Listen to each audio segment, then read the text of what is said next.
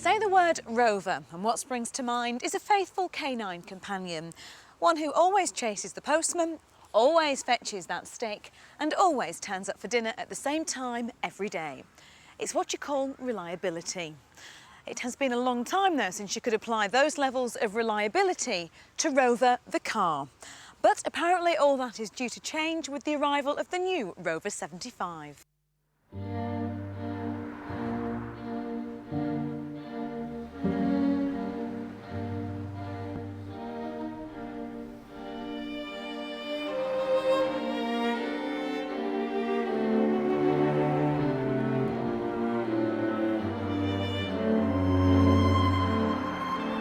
I've got to say that this is the best looking Rover for absolutely years.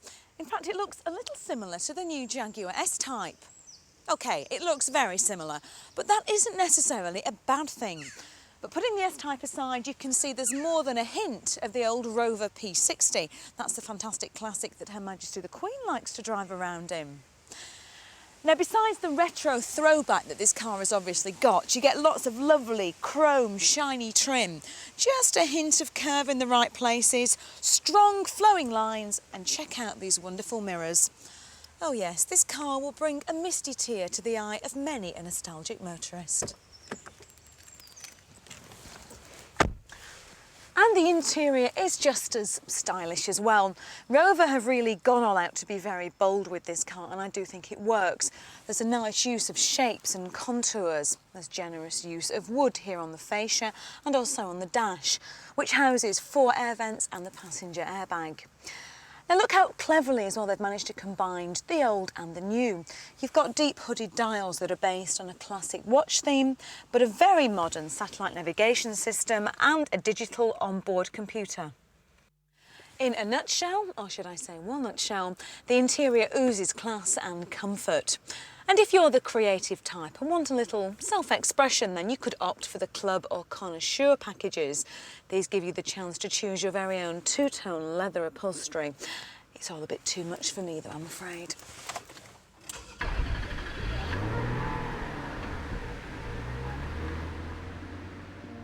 Now this is the 2.5 litre KV6 connoisseur model. Now it pulls off smoothly enough, but once it's underway, it feels a little bit disappointing. The engine doesn't quite pick up as quickly as you would like. It feels a little bit lethargic. Now I haven't driven either the 1.8 or the 2 litre models, but the performance from this engine suggests to me that they may feel quite sluggish. But if it's not an extra kick of power that you're after, then the Rover 75 is a solid, reassuring drive. When you get the 75 up into the mid-range, it really does pick up, but it's not going to make the hair on the back of your neck stand on end. But it is good for cruising up the motorway or coasting along meandering country lanes. What equipment you get depends on what 75 package you go for, and there are plenty to choose from. And if it's extras you're after, then they're just there for the taking.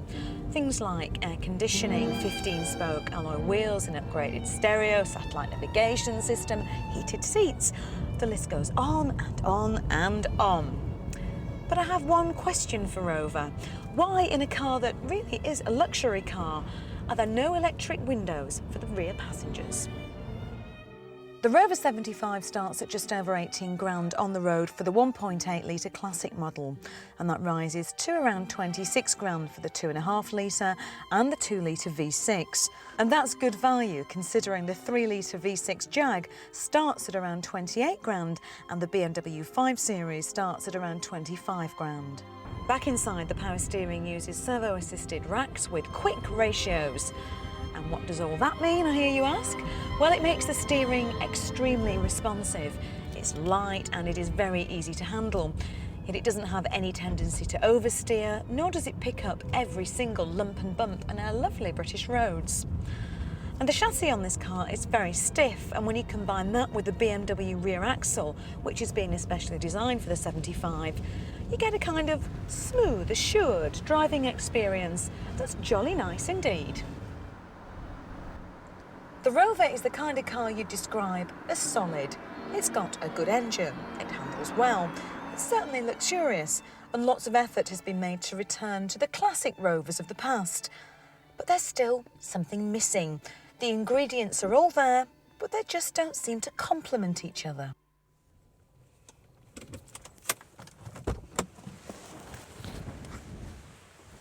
Now, whether you would like the 75 depends on what you want from your drive.